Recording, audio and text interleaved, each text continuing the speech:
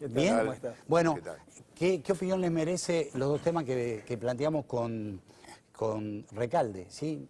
Primero el tema vudú, segundo el tema de los buitres. Estamos frente a 10 días que me parece que son claves. Quiero decir algo antes que se vaya Recalde para que me escuche. Hoy leí la editorial de Joaquín Morales Solá. ¿Sí? Es una editorial mentirosa. Es una editorial mentirosa, porque es algo que nos debemos los argentinos. Él habla de que estamos por entrar en el segundo default de la Argentina y hace referencia como esta primera instancia a lo planteado por Adolfo Rodríguez A. Adolfo Rodríguez A planteó en su momento que es algo que hay que hacer. En ese momento perdimos una oportunidad preciosa. Revisar la deuda, la génesis de la deuda, mandarla al Congreso. Había un fallo del juez Ballesteros en ese momento vinculado con el caso Olmo que decía que había 472 casos que tenían origen espurio. Por lo tanto, digo, a Joaquín Morales Solá está diciendo algo que es falso, no es cierto. Que la Nación le dé una columna con el mismo espacio a Adolfo Rodríguez A para que lo contestar a ese periodista. Por supuesto. Gracias. Adiós, Bueno, lo quería decir porque lo leí. No es cierto lo que dijo Morales Solá hoy en La Nación. ¿Qué opinión le merece el tema? A ver, Vudú, Vudú primero, Vudú. con la misma convicción que Héctor Recalde cree que el vicepresidente es culpable, inocente, yo creo que es culpable. Y ninguna de las dos posiciones, opiniones o convencimientos daña ningún principio republicano, si no, no habría posibilidad de denunciar a nadie. Sí. Todo lo contrario, la obligación de un funcionario y de cualquier ciudadano cuando cree que está frente a alguien que comete un delito es denunciarlo. Lo que tiene que haber es debido proceso, oportunidad de defensa, etcétera, etcétera. Es el vicepresidente y eso es lo más lastimoso de este asunto. Ahora, la mayor parte de nosotros, yo personalmente creo que el vicepresidente es absolutamente culpable y no es cierto que está a disposición de la justicia. En esta causa estuvo a disposición de la justicia, en la otra causa 3 veces ya fue citado y nunca fue. Es más, el juez de la otra causa, la del auto, ya le advirtió que si no se presenta lo va a hacer buscar por la fuerza pública previo desafuero del Congreso de la Nación. Contemos a la gente que le truchó los papeles de un auto a su ex mujer y aparentemente, en el trámite de divorcio. Y aparentemente, digo, ¿sí? No sé si él, pero también se truchó una de las firmas con la cual se alquiló el departamento que él dice, con la cual explica él por qué alquiló el departamento famoso de Puerto Madero, etcétera. Así que, digo, desde nosotros y de mí personalmente creo en la culpabilidad del vicepresidente. Por supuesto también creo en su derecho de defensa. Por supuesto. Y del principio de inocencia. Ahora, creo que es efectivamente un delincuente común y no merece ser vicepresidente de la Nación. Es así, ese es mi convencimiento. Bien. Por eso respeto la opinión de Héctor. La segunda cuestión es... Pará, no me contestes la segunda parte, Marcelo. No, Vudú. quiero referirme un poquito a las dos cosas, por cómo las presentó Recalde. Porque él dijo, en un momento en el cual estamos con este tema de los fondos buitre, nos atacan con la cuestión de vudú. ¿Por qué lo quiero ligar, Alberto? Por lo siguiente. Aparece esta crisis de deuda, Sí. donde indudablemente se pone en juego lo que vos decís. No es una crisis simplemente de estos 1.500 millones de dólares. Está en tela de juicio nuevamente toda la cuestión de la deuda. Una revalidación, una legitimación de una deuda que comenzó con el canje de Kirchner y Labaña 2005-2010, que deja al país revalidando toda la deuda usuraria y legítima que habían contraído, desde Videla hasta el gobierno de la Alianza, pasando por Menem. Déjame aportar esto. Sí. Cuando hablamos de la ilegitimidad de la deuda, estamos hablando de que la deuda, es decir, la deuda que se contrajo no fue a parar a nada que sea tangible. Por es supuesto. decir, no fue a parar a una obra, no fue a parar a nada que nosotros podamos, sino que fue deuda que se tomó para que ingresarla a una timba financiera y eso, bueno, genera todo lo que genera. Claro, ¿sí? hoy la deuda es simplemente capitalización de intereses. Claro. Intereses que no se pagaron, se suma capital que genera más intereses. Ahora, en vez de parar la pelota y decir, no, momento, no nos vamos a dejar extorsionar, por un lado, y por otro lado decir, señor Vudú, usted váyase, no puede seguir acá. Claro. El gobierno hace exactamente al revés.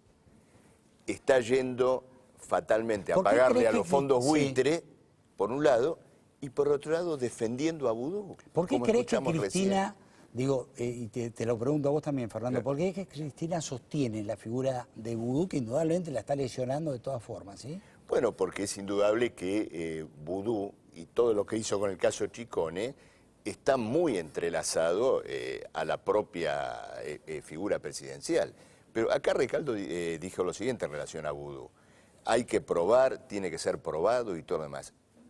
Eso valdrá para que no vaya preso todavía. Claro. Pero la responsabilidad política es otra cosa. Ibarra fue destituido cuando todavía la causa penal estaba en marcha, porque naturalmente él, como vicepresidente, tiene todos los recursos del Estado en sus manos para asegurar impunidad. Claro. Entonces, insisto, lamentable, en vez de pararse firme ante los buitres y sacarse encima a Vudú, tenemos un gobierno que está marchando a cargar todavía más la hipoteca de la deuda y mientras tanto defendiendo a este vicepresidente. Fernando, ¿el otro tema? No, vos me preguntás también por qué la presidenta sostiene a Vudú. Cuando tus colegas me preguntan, ¿vos qué harías? ¿Ustedes qué harían? Obviamente le pediríamos la renuncia. Un vicepresidente puede renunciar él solo o de ser destituido por el Congreso. Ni el presidente ni nadie puede hacerlo renunciar obligatoriamente. Ahora, políticamente sí podría hacerlo la presidenta. Sí, claro. ¿Por qué no lo hace la presidenta? No por un cálculo político, es porque en realidad la presidenta sostiene que ese principio, que es la indecencia que rige en todo su gobierno, no le cuesta políticamente. Es más, la presidenta de la Nación todavía no puede justificar su patrimonio. ¿Por qué le va a pedir al vicepresidente que por un acto de corrupción se vaya de su función? Es decir, son muy parecidos. ¿Yo qué haría? ¿Mi partido qué haría? Sí. Ahora, ¿la presidenta qué haría? Lo que está haciendo. ¿Por qué le tiene que pedir la renuncia si son parecidos? El segundo tema. Sí. Los holdouts. Es cierto también lo que decía Héctor, quienes están encargados y son los principales responsables de negociar una deuda que muchas veces es ilegítima. Nosotros compartimos, por eso tenemos presentado en el Congreso de la Nación el proyecto de comisión investigadora de la deuda para poder depurar qué deuda es legítima y qué deuda no tiene que ser ni siquiera pagada. Ahora, si siguen dentro del sistema y reconociendo toda la deuda como legítima, tienen que negociar de manera tal de que ni la presidenta ni el juez Griesa nos manden al default. Un default es carísimo. Carísimo para los argentinos, no para el gobierno o para la presidenta. Es enormemente costoso en términos de pobreza y en términos de oportunidad de progreso. Sí. Entonces, ¿qué es lo que tienen que hacer? Héctor decía a veces, ¿por qué no te callas? Miren, cuando sale el fallo de la Corte Suprema, que es no aceptar la instancia de la Corte para revisar los fallos anteriores, la presidenta dijo, no vamos a pagar. Eso es lo menos inteligente que yo vi en la vida. El ministro dijo, vamos a cambiar el domicilio de pago. Eso es casi fugarse de la sentencia. Entonces, ¿quién nos va a creer? Digo, a Chile no lo persiguen los fondos buitre, a Uruguay tampoco. Entonces, primero, 8 a 10 años de estar afuera del mercado financiero internacional que podríamos haber revisado la deuda, sin mayores costos financieros, de los que ya estábamos pagando. Pero digo, lo que no se hizo, ya no se hizo. Por eso digo, quiero aclarar cuál es nuestra posición respecto de la deuda. Digo, ahora le dijimos, prudencia, seriedad y firmeza, pero prudencia, seriedad y firmeza, sobre todo seriedad. Claro. Porque lo que no tuvo este gobierno hace bastante tiempo respecto de estas negociaciones es seriedad. Y ojo, porque se puede arreglar este tema de la deuda pagando mucha plata de más, por arriba o por abajo de la mesa. Ya lo hicieron con YPF, ya lo hicieron también con el Club de París. Marcelo. No, ocurre lo siguiente. El gobierno nos está llevando a un default por dos vías. Una, como se señalaba acá, porque si hay una crisis el 30 de julio y se declara alguna forma de default, el gobierno no está preparado para que ese default implique una recuperación de soberanía en lo que tiene que ver con el movimiento de divisas, la banca, el comercio exterior, para nada. Está preparando en ese caso, o podría venir un default, con fuga de capitales, devaluación y todo lo demás. Pero si va a un acuerdo, más temprano que tarde vamos a otro default, porque la Argentina carga con 250.000 millones de dólares de deuda, sumaría otra cifra importante a ello. En el próximo año y poco, año y medio, tiene que pagar 15.000 millones de dólares, que son prácticamente las reservas efectivamente disponibles. Entonces, los que quieren pagar y están diciendo por todos lados y agitan el fantasma del default para pagar, deberían decir que vamos a un default más temprano que tarde, en un año y medio. Por eso nosotros planteamos que indudablemente esa reconsideración necesaria de la deuda tiene que estar acompañada de un planteo económico integral. Establecer la centralización pública de la banca, del comercio exterior.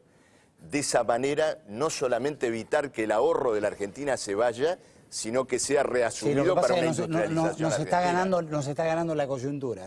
No, nos gana la coyuntura y naturalmente nos los gana la intereses coyuntura porque económicos... siempre estamos cabalgando sobre la pero coyuntura. ¿sabes qué, Alberto? Hay otra cuestión que hay que decirla. Las grandes empresas argentinas, la famosa burguesía nacional que defendió el kirchnerismo, es ella acreedora de la deuda externa. Claro. Compraron títulos públicos con la fuga de capitales. Entonces, está la responsabilidad de una clase social... Porque ¿Cómo? está Cristóbal López, la neoburguesía kirchnerista, que son Claro. Cristóbal López y Brito, que también son los nuevos tenedores de bonos Claro. de deuda de la Argentina. Está esa responsabilidad y lo de los partidos que han gobernado la Argentina, que han contraído esta deuda y que ahora buscan que el gobierno la vuelva a asumir integralmente con consecuencias ruinosas para el país. Es necesario un replanteo político y económico integral. El tema político está bueno para debatirlo. ¿Cómo no? Porque respecto a la responsabilidad política podríamos decir muchas cosas, ¿sí? Sin Digo, duda. para la izquierda también es muy fácil decir muchas cosas, porque y esto sin ofender, porque ustedes han crecido muchísimo, pero digo, la izquierda siempre dijo cosas sabiendo que nunca iban a tener que asumir la responsabilidad de poder concretarla. Entonces es muy fácil cuando vos decís cosas sabiendo que después no la van a tener que cumplir. No, pero te quiero decir lo siguiente. Es En medio este caso, ofensivo lo que te estoy diciendo. Alberto, en este caso la decimos con mucha responsabilidad, porque en esta crisis queremos ser una alternativa de No tengo poder. ninguna duda y lo son. De hecho lo son. Fernando, gracias. Gracias, Alberto. Gracias. Bueno.